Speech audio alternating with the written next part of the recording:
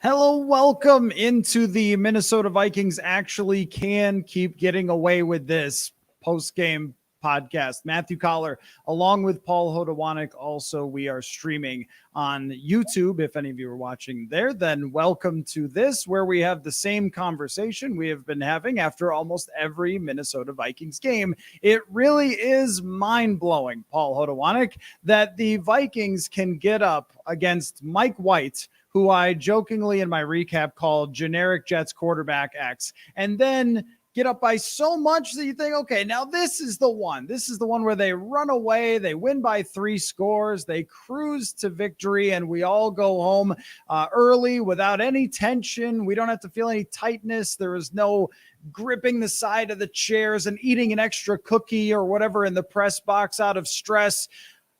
And yet, somehow, he turns into Mike White, Brady Manning, and creates big play after big play in the second half, gets down to the goal line, and the Vikings find a way and are a little bit assisted by a drop in the end zone, as they have been this season by other teams when they have that chance to come back completely against the Vikings and they can't quite do it. So here we stand with this team at 10-2, still with a point differential that would be reflective of maybe a 6 or 7 win team. It's just, I don't even know what to say anymore, Paul, but it's really funny that, we talk about all of these regression things and these close games will eventually start going against them. But one thing we know is that it doesn't have to anytime soon. And we will talk about every part of this thing. We'll talk about the offense and how much it struggled today.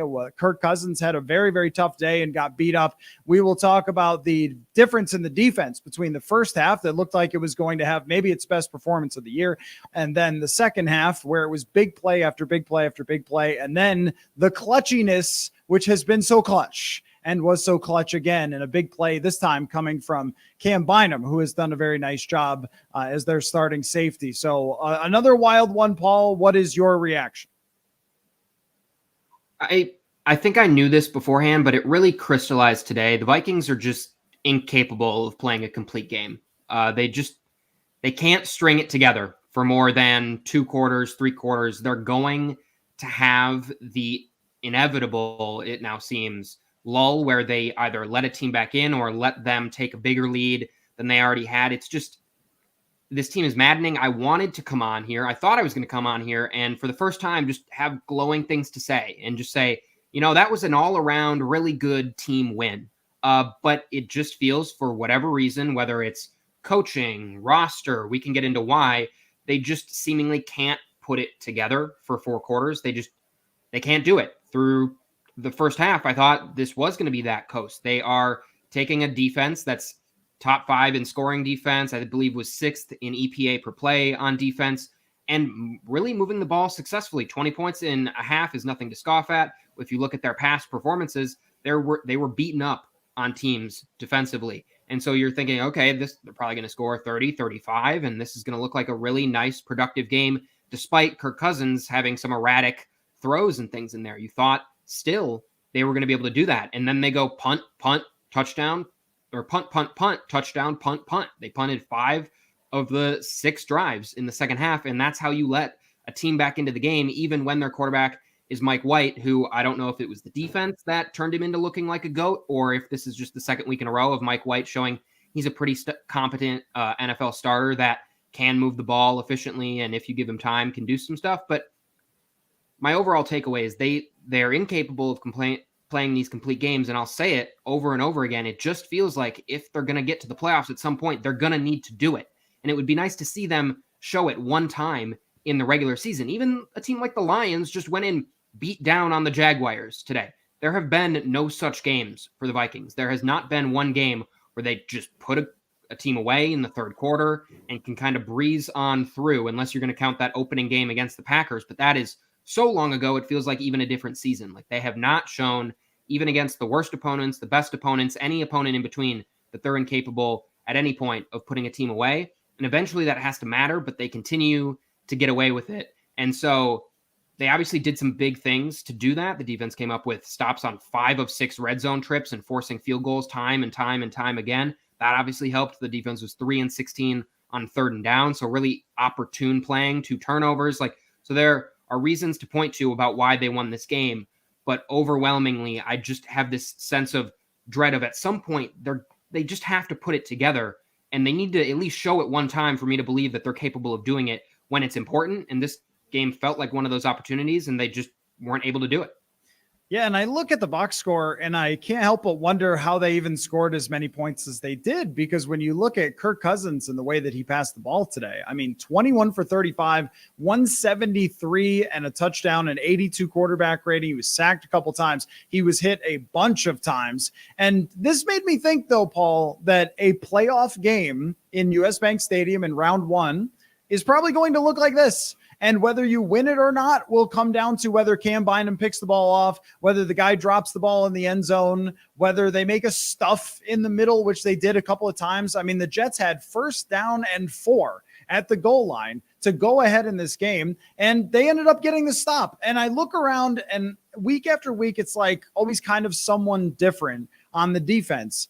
And you would think that all of them could bring it together for 4 quarters, that they have enough talent there. I mean, you saw at the end of the game, the way that Danielle Hunter got after Mike White and caused him a couple of times to speed up a little bit and make bad throws and inaccurate throws. Like, why wasn't that happening throughout the entire second half? And of course, we've seen it from Zadarius Smith. And at times, again, their run defense was very good with Delvin Tomlinson back in there, but then they allow a 48-yard run down the sideline. You go like, did you not think that was coming? Or like at some point that they were going to kind of do one of those sweeps or handoffs to the outside?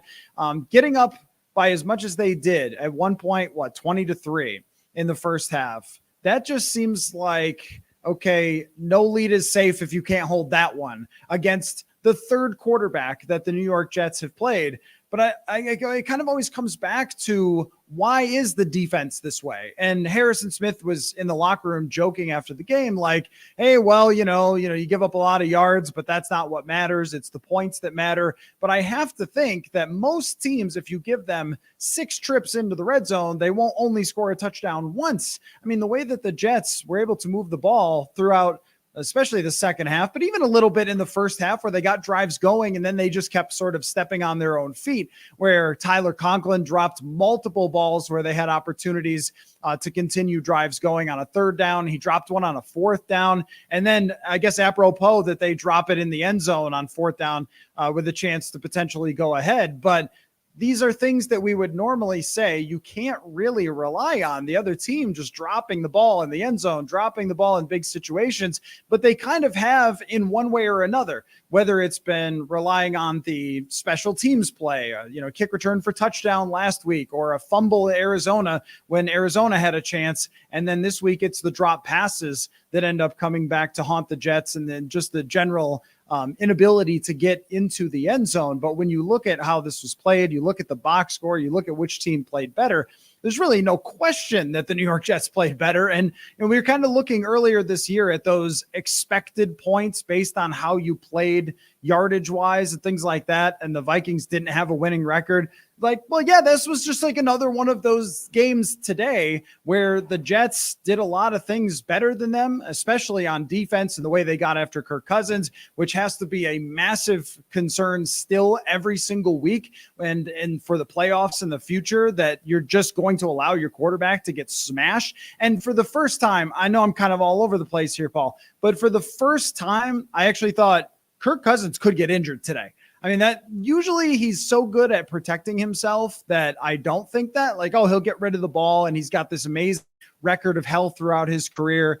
But today, the way that the Jets got after him, like if you play Washington again, for example, or even the New York Giants have a very good defensive line. We know this about the San Francisco 49ers. We know this about the Dallas Cowboys. Like the teams that you will eventually play in the playoffs have great defensive lines. You're going to have to beat a team with a great D-line at some point. It probably will look like this. You're going to have to find ways to grind it out. And when you get a lead, to hold that lead, which is as much about the offense as it is about the defense. And that's why when we always play this sort of blame game of, hey, was it them or was it them, for the reason that they let the other team back in the game. I think you saw today Kevin O'Connell get pretty scared of the way that the Jets defensive line was beating the Vikings offensive line. They started just handing off. This is a team that our buddy Sam Ekstrom looked this up, has not handed off that often on 2nd down and 10, but they did it a bunch of times in the second half of this game. You could tell that they were very worried about an interception, a big strip sack or something like that in the second half. And I think that if you're going to go deep in the playoffs, if you're going to continue to win these games, these last 5, and like you said, Detroit is no joke. To be able to, beat them would be impressive the way that they've been playing the last few weeks. But you also have to play some good defensive lines. Indy has a good defensive line. They play a lot of close games. Like, there has to be a counter to when the opponent has a better D-line than you. And I think that we sort of said, oh, problem solved after New England. And today was, oh, not so much problem solved. Yeah, I think I would push back on your point that the Jets played better than the Vikings. I think obviously in the second half they did. I think by EPA per play, they're about the same. And I think generally that's kind of what happened. I think both teams, the Vikings controlled the first half, the Jets controlled the second half, and it came down to those small red zone situations, the turnovers, the third down percentage, like some of those factors then is what pushed it over the edge for the Vikings. But I agree. If you're playing even with the Jets at home, that is, although the Jets are an above average team, that is an issue if your team has serious aspirations of making it to a Super Bowl, which at 10-2 is the only way your eyes should be trained. That's where you should be looking. You're 10-2. There's no reason to look anywhere else other than say, we should try to make the Super Bowl this year. We can make the Super Bowl this year. But yeah, I mean, I think clearly what I'm seeing more and more is those deficiencies are just going to pop up every once in a while. Like there's going to be at least one drive per game where the offensive line just completely takes them out of it. And there's going to be a 3 and out. That's almost solely the fault of the offensive line that just can't block down the field. And they are going to have something like that happen. There's also going to be a series where you're just dropping them, or Kirk Cousins is overthrowing guys. He overthrows Hawkinson when Hawkinson is wide open down the middle of the field at one point. He had several throws where you're thinking, okay, that probably should be a back shoulder pass. It's kind of more towards the center, or it's vice versa. He's just a little bit off here and there. And I think what we're seeing is over and over again, these smaller deficiencies that the team has, or in the case of the offensive line, kind of a big alarming deficiency, just they're going to have their drives here and there. And clearly they all kind of compounded in the second half when the Jets started to feel some momentum and they started to really kind of understand that they could take over the Vikings offensive line. The Jets defensive line could take over the Vikings offensive line. I think it just happens like that for this Vikings team. And I don't know if they're capable of really kind of minimizing those big question marks for a full game. And I think we're seeing that time and time again. So yes, I think the offensive line was an issue. I think the Vikings got their running game going pretty much better than they have really in any of these more recent games. They were more successful off of success rate. They were more successful on early downs running it than they were passing it. So that's telling you something. When you're running the ball with ease, and I thought there were a couple drives where they probably could have run the ball even a little bit more when they were stalling out on certain occasions. And then maybe on that final drive, throwing the ball on third down would have made sense to try to go and end the game.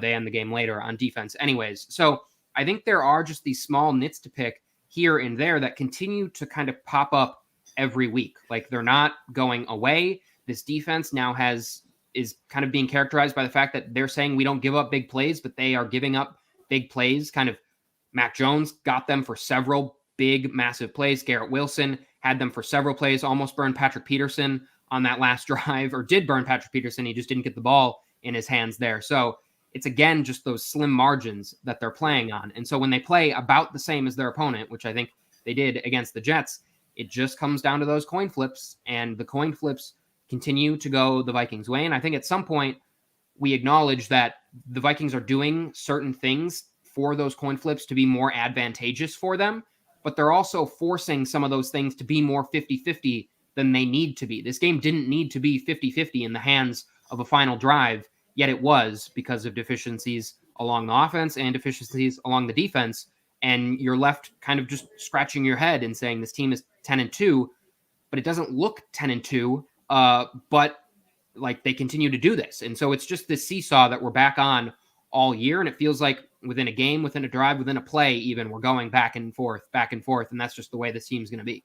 Well, the EPA per play thing, I mean, that would really factor in heavily things that can be a little bit noisy in an individual game. So, like, the interception would really jump the Vikings EPA per play up at the very end, or the goal line stop and so forth. But when you look at the sort of run of play here and where they ended up, 486 yards for the Jets to 287 for the Minnesota Vikings. It was all the noisy stuff that got the Jets. I mean, the penalties, they took a ton of penalties on a single drive. They had 3 very killer penalties that helped the Vikings get into the end zone. And then those third downs, like, those are something that, I mean, maybe with Mike White, they're not random because he's not Patrick Mahomes. But normally you wouldn't expect a team to go 3 for 16 on third downs.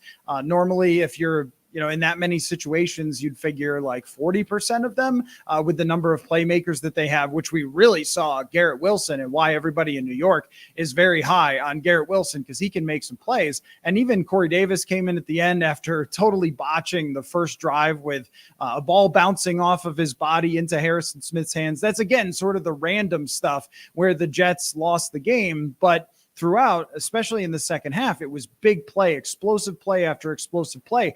And when you're a bend don't break defense, we could just throw those words out the window because they break constantly. I mean, they give up big play after big play and then get down into the red zone. And even when Garrett Wilson didn't score, I was like, oh, well, I guess they'll just give up a field goal here. I mean, I can't remember if that was one. There were so many of them. If that was one where they actually did plow into the end zone. But even when they got in the end zone, it took a review. There is probably something to the Vikings having enough talent on the defensive side, enough really good players to where they can settle in the red zone and read plays correctly and make a big, knockdown or something like that.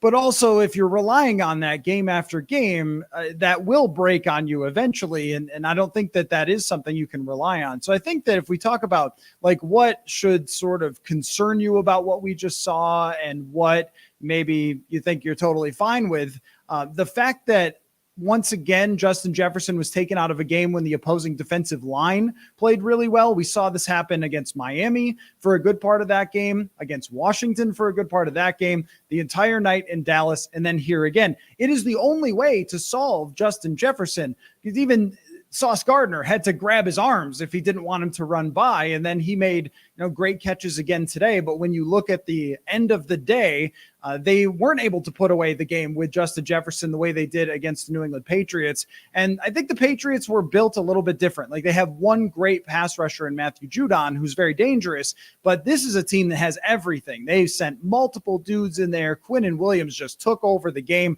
from the interior, and that was Cousins throwing inaccurately, looking uncomfortable. And if you look at his box score, tell me that doesn't look like when they went to San Francisco in 2019 and lost to the playoffs, because it was a very similar type of game to this. Only in that game, the Vikings didn't get breaks, San Francisco finished off drives and so forth. And I think that's maybe the most disturbing part, is on both sides of the ball, where they couldn't move the ball consistently because they were getting blown up on the interior. And then on the defensive side, how consistently the Jets, every time they got the ball back, were finding big play after big play to move the ball down the field. If you were talking about, say, a Washington game where it was a really weird play, guy launches the ball down the field and the referee tackles Cam Bynum and that's how they got their touchdown. Okay, I get it.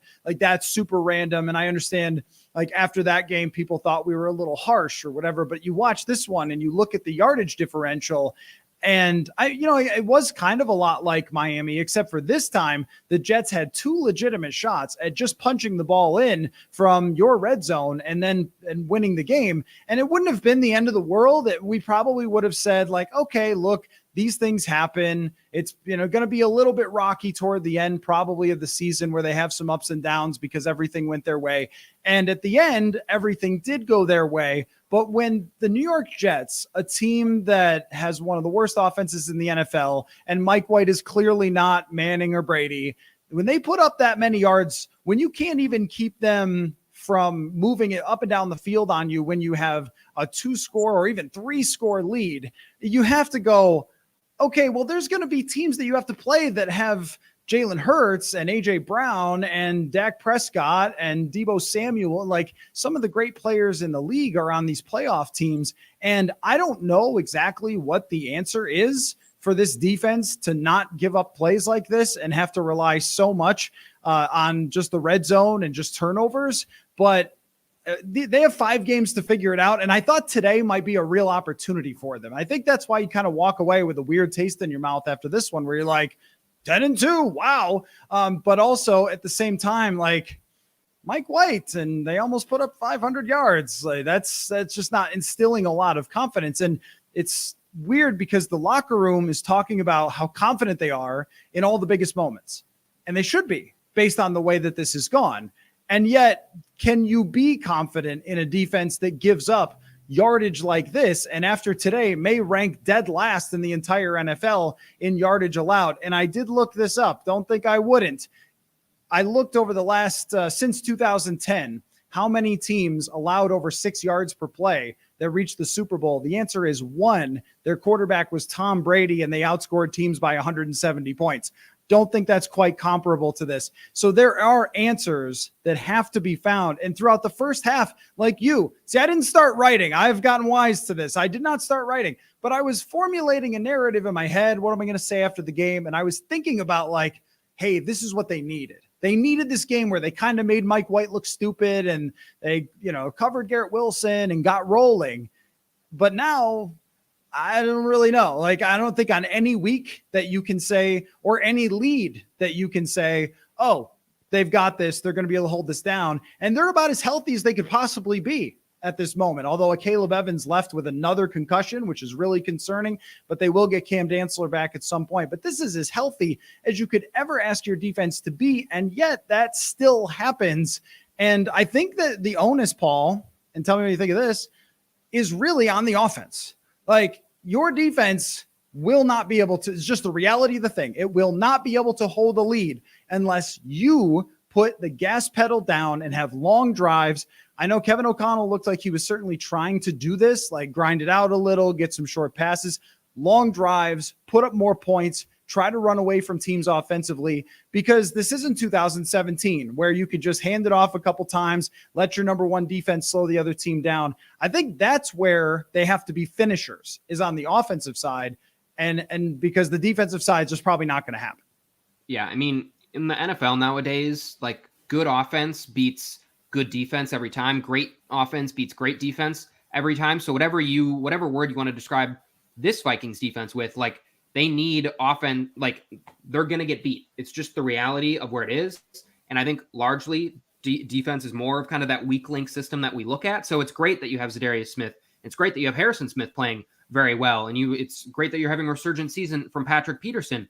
But when a Caleb Evans goes down and it's Duke Shelley, and then they can keep picking on him, like that's what's going to happen. Or they can pick on Shannon Sullivan, or they can really pick on like any singular player along the secondary, because some of them are good, some of them are above average, but none of them are stoppers in any sense of the word. And so if you're not generating that pass rush, which it feels like Mike White sacked only one time for 3 yards today in this game, they're not generating that kind of bruising pass rush with Zadarius Smith just wrecking the game each and every play. Like, I don't think it was fair to assume Zadarius was going to do that all year. I think he's been way better than expected. He's been a game changer along the defensive line, but you just can't expect that type of production from a singular player time in and time again.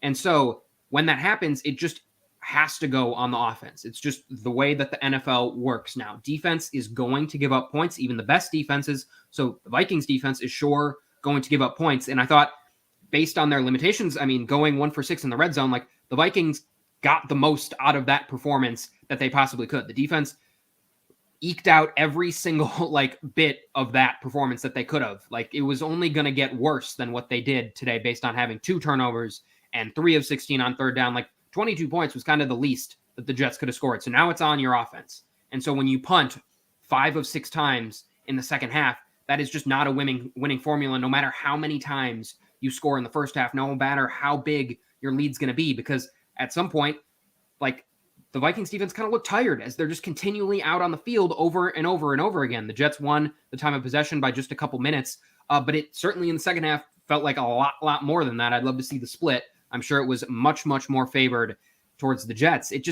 You can't be that unbalanced in a half where your offense is just constantly giving the ball back over and over and over again. So I think it falls along the offense, and it just wasn't getting the opportune plays in the pass game. Again, Cousins just seemed like a sliver off, and he was getting absolutely battered in there, just getting hit after hit after hit. So I don't necessarily blame him for missing a lot of these throws, but it again comes down to the offense of what can you do in these big moments? How can you kind of elevate yourselves? And I didn't really think they did a lot of elevating today. Justin Jefferson caught the balls that he should have caught. Kirk Cousins, for the most part, made the plays that kind of were out there in front of him for him to make, but they didn't go above and beyond. They didn't kind of take a situation and really turn it on its head. Dalvin Cook played well, but like nothing was exceptional about the way the offense played. And at some point you have to do exceptional things, especially against really sound defenses like the Jets are. That just, it has to happen. And this Vikings offense just didn't do it consistently enough. It's sort of funny that the Vikings have run through the entire AFC East and they beat all of them.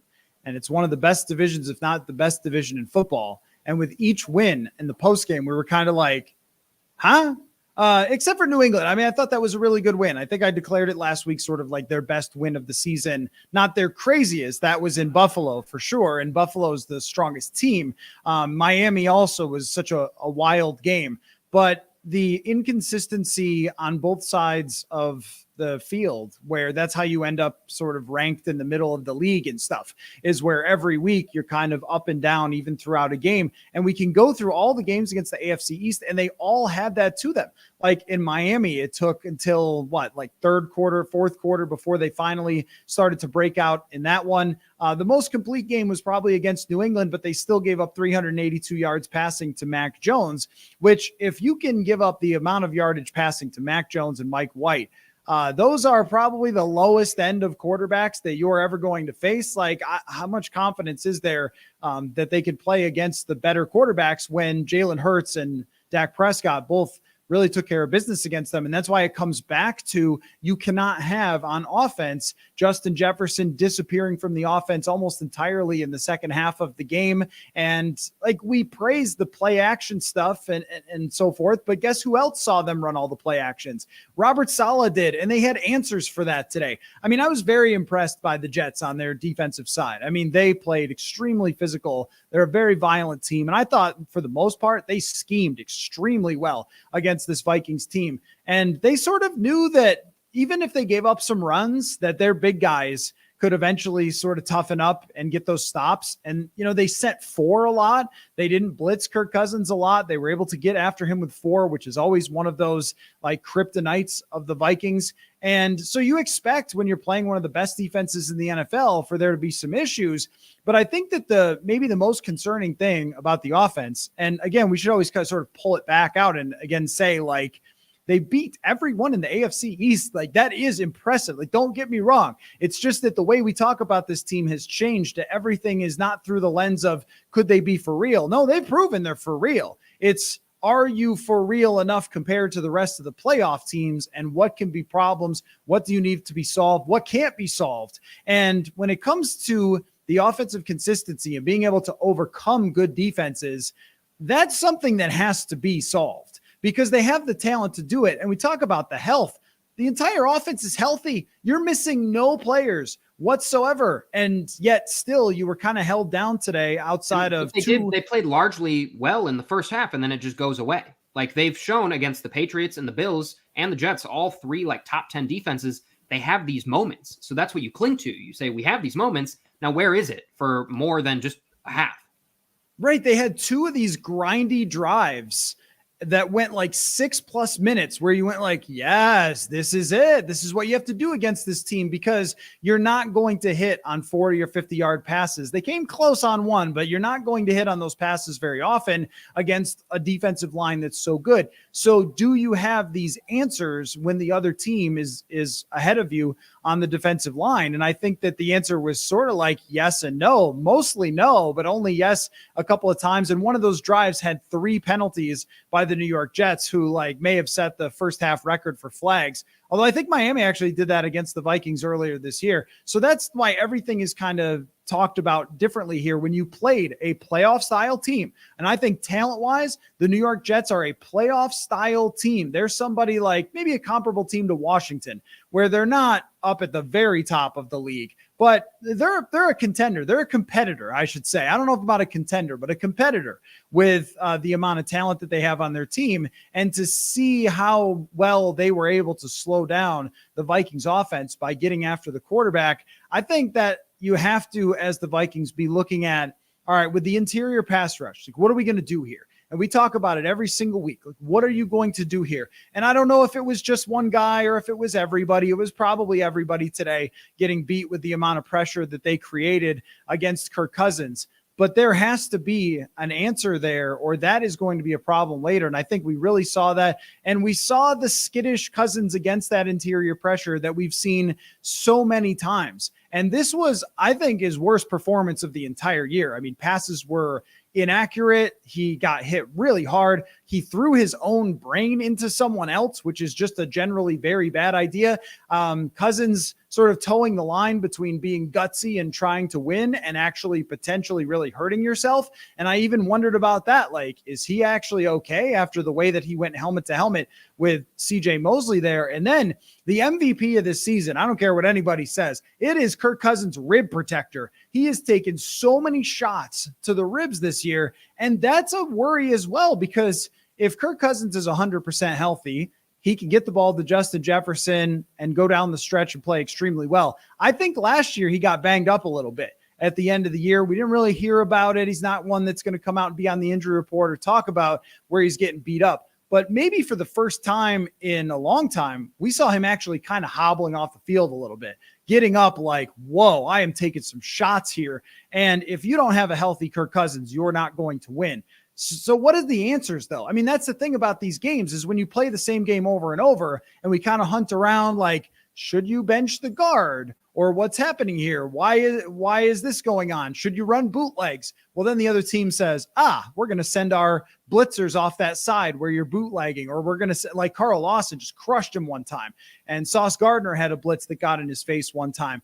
Like, other teams are going to game plan for those play actions and things like that.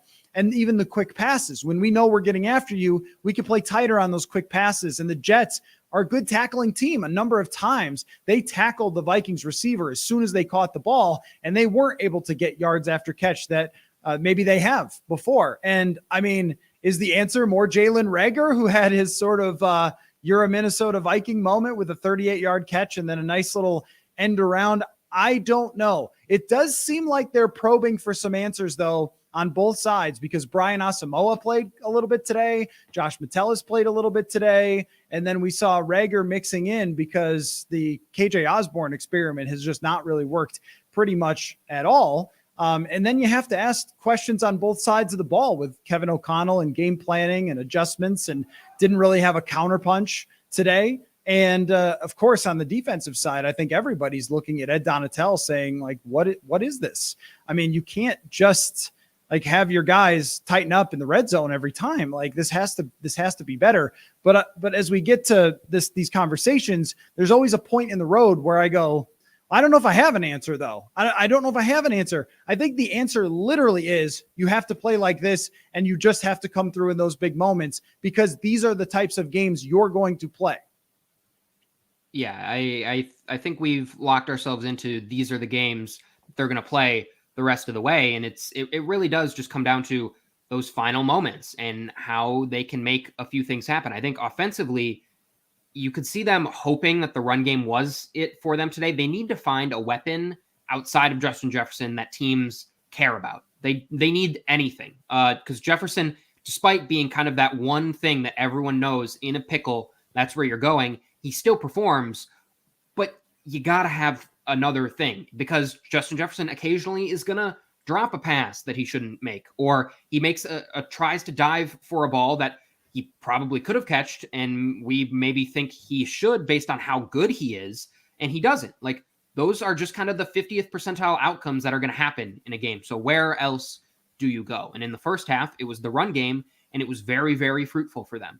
And so I think they see that and they see the potential of how that can help them. And so maybe they feel like, hey, against a really solid Jets front, that's something that can be sustained throughout the rest of the season. And maybe we can have opponents fear our running game a little bit, because I don't know if it really was. I think teams were kind of concerned about it in the way that they're concerned about any run game, but not overly concerned about if we don't load the box, they're just going to gash us. Like that's not where this running game's at. So can they find that? I think you're hoping Hawkinson could be that. I think he's shown to be a very, very valuable safety valve, a very valuable piece for the Vikings, but he isn't that punisher, that game wrecker type player. He's just a really, really nice, solid player to have on your team. And you obviously want him. And that's a move that was smart to make, but it isn't a game-changing move. And I think although the run game can't be game-changing in the way that the pass game can, if they can find sustained success on the ground, like they can just have a drive where they're just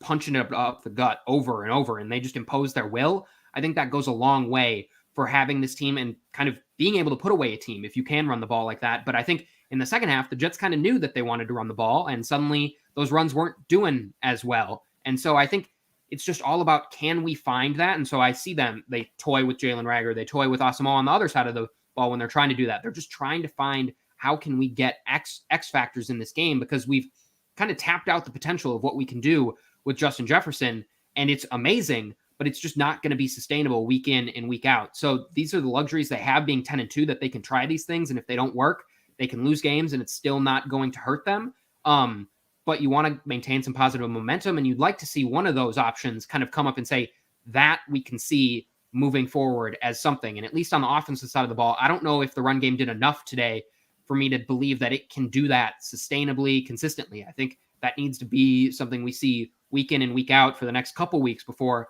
I'm ready to say, yeah, the Vikings really can control a game on the ground. I don't think that's in their kind of range of ability at this point. I think it could be, but we haven't seen it. And if we haven't seen it, I just can't believe it's going to be a thing as we move on further down the line. I think what they need to do is they need to call Gary Kubiak and say, Gary, here's what we need from you. So we tried the boots. Sometimes it works, sometimes it doesn't. Okay, all right. But here's what we need. We need your screen package. Send us the screen, because I mean this, because you think about 2019, I can remember a handful of games where Kirk Cousins was getting pressured. Kansas City was one of them. And I know they lost on a last-second field goal, but they were able to hang in that game with some short passes, but a lot of them were screens. And I feel like this has been a great counterpunch in the past with Dalvin Cook, where it's like, okay, the interior, they're very aggressive and they're getting in Kirk Cousins' face. And then, okay, they hit him with a screen. And then, boom, it's like 30 or 40 yards. They get an explosive play out of it. And then the whole rest of the day, the other team has to be like, oh, no, you might throw a screen. Like every time you get your offensive lineman moving. It might just not be capable with this offensive line of doing things like that. Yeah, can I give you a being stat? good in the screen game? But it seems like they're athletic enough. And I know Christian Darrisaw is out. That's a big part of this too, that they have to make sure if Christian Darrisaw has to sit the rest of the season to be able to play in the playoffs, then go ahead and do that. And also, it does need to be brought up. They are 2 for 2 in guys getting concussions, coming back, and getting more concussions. And the question now has to be asked after the second one. I think the first one, I get it. Like, okay, well, just bad break for Christian Darrisaw. But now it happened again. So, like, are you guys, I'm sure they're following the protocols, but are you guys maybe being cautious enough even outside of the protocols? Yeah. Because now that you have this lead and this chance to roll down the stretch, I mean, you can make sure that someone like that is 100%. You can't have Blake Brandel playing. Even Kevin O'Connell was threatening to play Oli Udoh at left tackle because we've seen sort of enough of Blake Brandel. And they might end up doing that next week. I didn't notice them doing that at all today, but they might have to do that next week with the way that, you know, the Jets were able to consistently pressure Kirk Cousins. But it just feels like that answer. And in 2017, Pat Shurmur was really good at this. I remember a close game with Detroit where they hit a screen pass to, I think it was Jerick McKinnon for a big gain. It's like, oh no. Like that sort of makes the other team really have to kind of be hesitant that every time they gun upfield that, oh, they might dink it or dunk it over our head and go off for a big play. This has been a horrendous screen game. If you were looking it up Don't worry, I already did. Second worst quarterback in the NFL on screenplays, and screenplays are not on the quarterback. That's not on Kirk Cousins. That is on the coaching and the execution. So that might be something. And on the defensive side, I don't know what the answer is because it's not going to be blitz. And the funny thing about this is early in the game, I thought that on a few key downs, Ed Donatel dialed it up.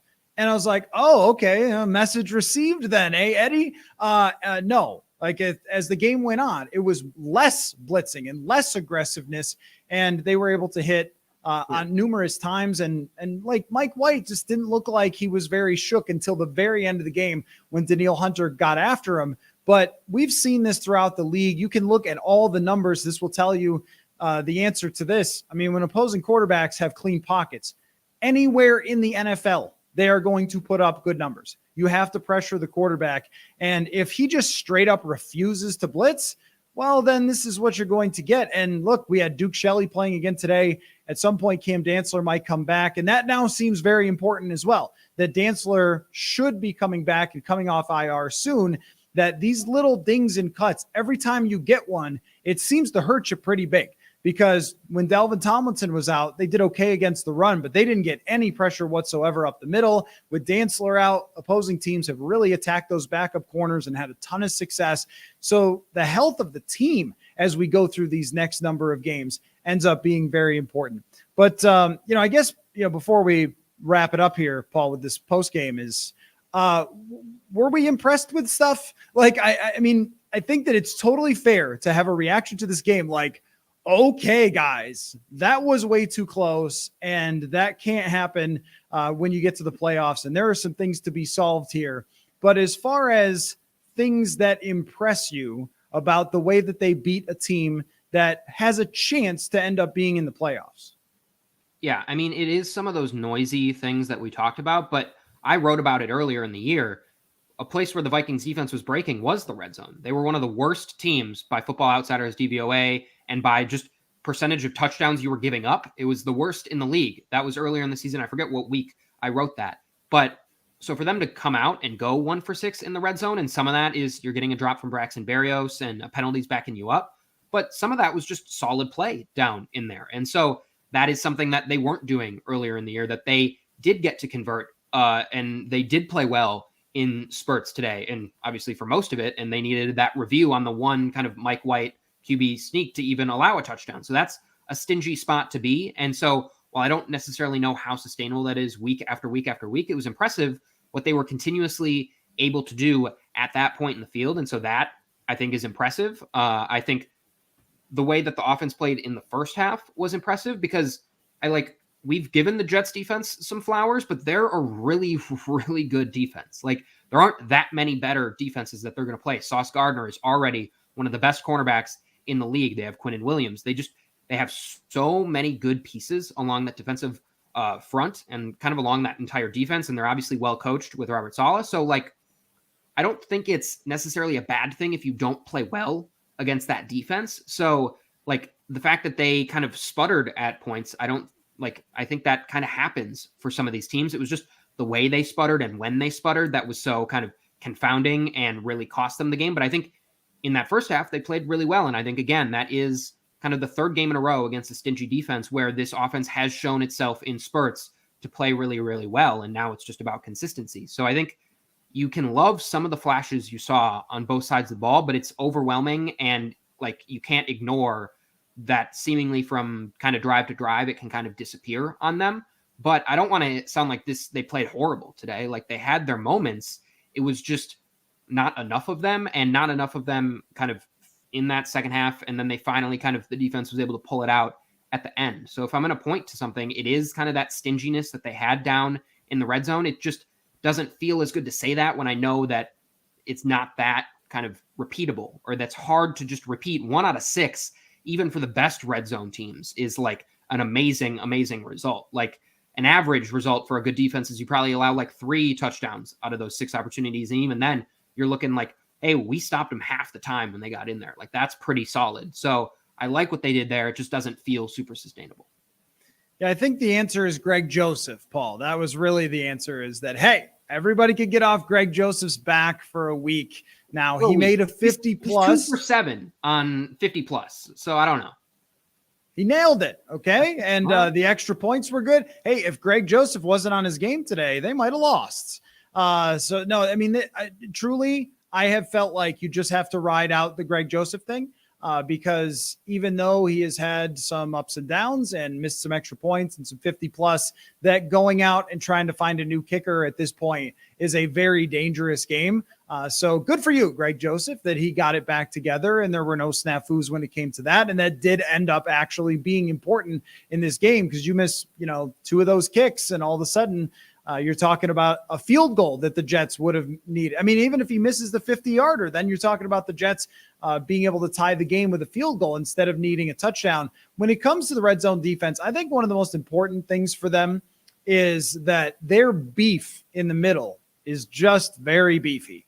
I mean, it is really hard to run directly up the middle on this team. Even when Mike White got in the end zone on his QB sneak, he was bounced sort of to the outside and just barely by inches got in. I did not think they got screwed on that. I thought he was in, but still, like, he was not able to just push straight up the middle. And when opposing teams this season have had a chance to just think about this 1st and 4 at the goal line, to just hand the ball off, go back to Detroit, where it's 4th down, just hand the ball off and the game is over. Buffalo had multiple chances at this where they could just hand the ball off, run up the middle, get a few yards and end the game. And yet Harrison Phillips is a guy I think that deserves a ton of credit for this. Tomlinson being back, Tonga, who's a guy that we're never going to talk about, but they picked up and he's just this giant mammoth human that they can run in there. Jonathan Bullard at times has been in that. James Lynch has been in that. The interior against the run has been pretty darn valuable for them. And if another team can just hand it off in the red zone and then run into the end zone, well, things are pretty easy for them then, because then you have to really play the run and it opens up everything else. It opens up the play action and everything, all that. So they deserve a ton of credit for this result, is those big guys in the middle that were able to just kind of jam together. I think there is something to what they're talking about as a defense, where in the locker room after the game with Eric Kendricks, with Harrison Smith, both of them said, this is a lot of reps in really tense atmospheres, and we know how to handle it. And that is true. And I think there is something to that when you have these players and stars and veterans who have been around, and players like, Cam Bynum, who is an emerging player for them, to get a lot of reps in tense atmospheres and playoff style atmospheres, because toward the end of that game, it felt like that. It felt like 2 really good teams kind of punching each other in the face a bunch of times. So I don't want to come away from this and say, oh, well, it wasn't a good win because of this or that or the other thing. It's one of those where in the things that are usually not sustainable, you dominated again, and they have dominated all year. And at some point, you may break with that if you don't fix some things. I think that's the way to look at it, that everyone can walk away from this game going, boy, if you get outgained 480 something to 280 something, you probably won't win a lot of those games. But today you got a lot of big performances. So I think what you can do is you can separate this happened in this game and these people deserve credit for it. Cam Bynum makes a play. Harrison Smith jumped up and punched the ball away from Garrett Wilson on a bomb that could have, been really good for the New York Jets, and stuff like that, where like people deserve their credit for the plays that they made. Jefferson, the toe tap. I mean, it was not a big day for Justin Jefferson, but wherever Chris Carter was watching, he was like, my man, because that was and here's the other thing too. Now, I know that Vikings fans never take for granted how great their receivers are. If you say Randy Moss, everybody just melts with love, right? So it's not like, oh, whatever.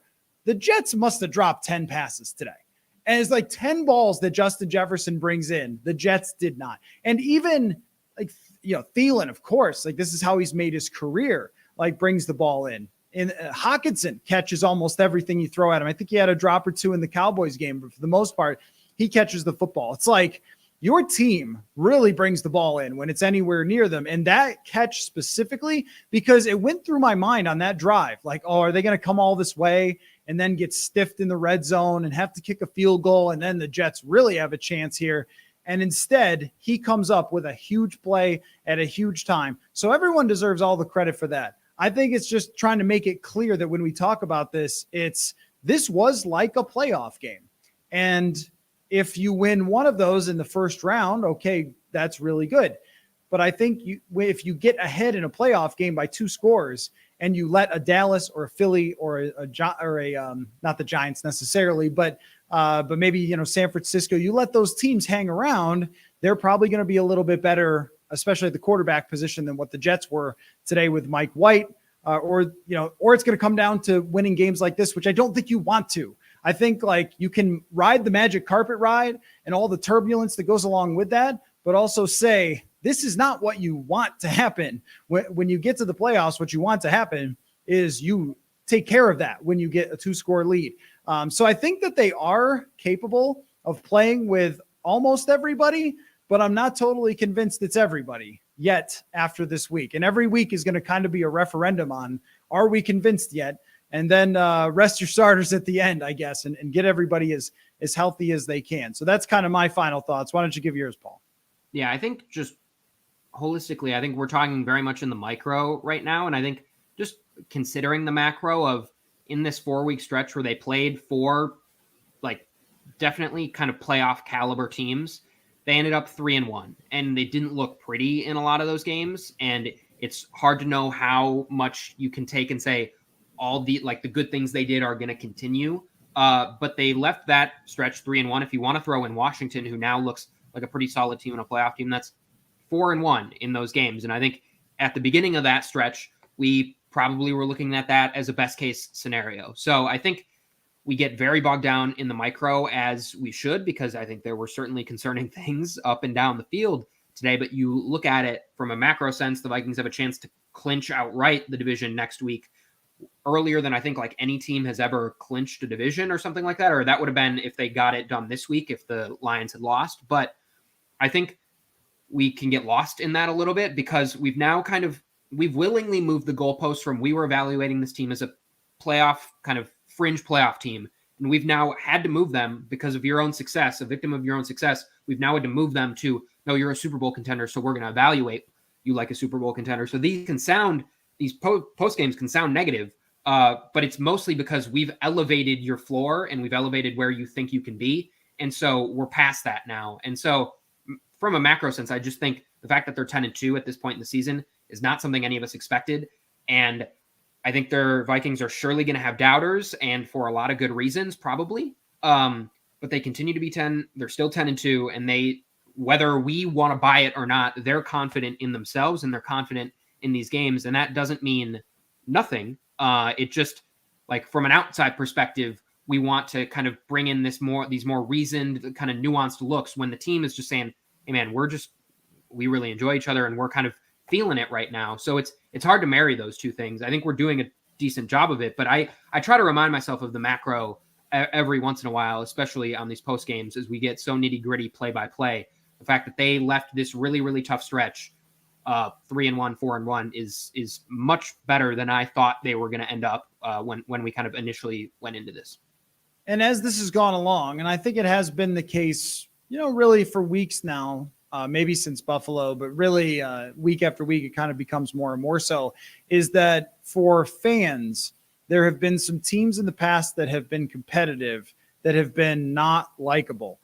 2019 is definitely an example of that, where you knew Stephon Diggs wanted a trade. There was even a report at the end of 2019 that the Vikings could consider trading Mike Zimmer to the Dallas Cowboys. Like, that's how tense things were. And they lost these games. Even then in 2019, they played a really easy schedule, but every time they kind of had a playoff team come in here, they got beat. And then it was a bunch of like, well, we're not real, whatever. And they get the playoff win and it kind of cleared things out for a week. But then they went to San Francisco, got their faces beat in. And it was like, well, okay, back to everybody being as miserable as they were before. And Stephon Diggs more or less in the locker room in San Francisco telling us like, yeah, guys, I'm really going to try to get out of here. I mean, that was not a fun season, even for fans, even though they're in the playoffs, just not a fun season. This is much more 2017-ish. I was really reluctant to call it that because of the fact that the Vikings had the number 1 defense in the NFL in both yards and in points. And that's something that doesn't happen very often. I mean, that's very impressive. And they did it against some really good offenses where they completely shut them down in games against like the Rams and Atlanta. So the similarities as far as the actual team goes, and actually weirdly, Case Keenum was playing better football than Kirk Cousins is right now, which I keep thinking like, all right, well, if he gets on an upswing, as he so often does in his career after a downturn, the upswing kind of happened against New England and then right back down. Like the Kirk coaster is the Kirk coaster and probably always in forever. And they need that swing as they're going into the playoffs of him playing at his absolute best. But the comparison, I think, is more in the locker room, where you have a lot of veteran players who really like each other and who are really getting along and who are really buying in. And when Harrison Smith was asked today, like, well, why is it that you come through with these big moments? He's like, well, it's hard to explain for sure, because if we gave up 4 yards, would we like be bad all of a sudden? You know what I mean? But he said starts at the top with Kevin O'Connell, and at least by the results, who am I to tell them that they're wrong? I think that each week the team becomes more and more likable, whether it's the kid with the Kirk Cousins chains, or it's putting the chains on him, or it's Patrick Peterson just talking trash to Kyler Murray because his team's 9-2 or whatever, like all these things where this team has become very, very close and comfortable with each other and seemingly believing in each other, that even if there are deficiencies, that gives you a chance. Like that bonding together is pretty cool, I think, for fans to watch, because that's what you want to. You don't want in the Hunt graphic, oh, if you get this 8th win and these 16 teams all lose, well, you're good, you're in. Like, you don't want to be the Steve Karnacki thing where he's like pointing at the board and everything. Like, that's who they've been the last 2 years. Who enjoyed that? Did anyone enjoy that? No. So yes, I agree with you. It's sort of speaking to your point that at the same time where we talk about, look, if a defensive line can do that to you and shut down your offense, there's got to be a counterpunch there. Or if you face a team with a rush like this, it's going to be very difficult. But also say that, at some point, this team really kind of became, and maybe again, it was Buffalo, became the team of destiny that believes in itself and just like sees itself as a team that can win any game against any opponent. And that feeling has not existed with the Minnesota Vikings in a while. We haven't seen the drama. We haven't seen the frustration. We haven't seen infighting. We've seen a lot more of these guys coming together, and I think that matters. So anyway, again, you just ride the wave. We say it every single week, ride the wave. There will be crashes sometimes, but that it is made for a very, very interesting and never short on entertainment. You cannot go and shovel the driveway or mow the yard or whatever season it is with this team, because it's never over. So Paul, great stuff. Thank you for your time as always. Thank you for everybody who watched. And if you're watching on YouTube, watched/listen. If you're watching on YouTube and you're just finding the Purple Insider podcast, we do it every day with lots of different guests, Jeremiah Searles, Brian Murphy. We will have guests for whoever their next team is up. Is it Detroit that they're playing next?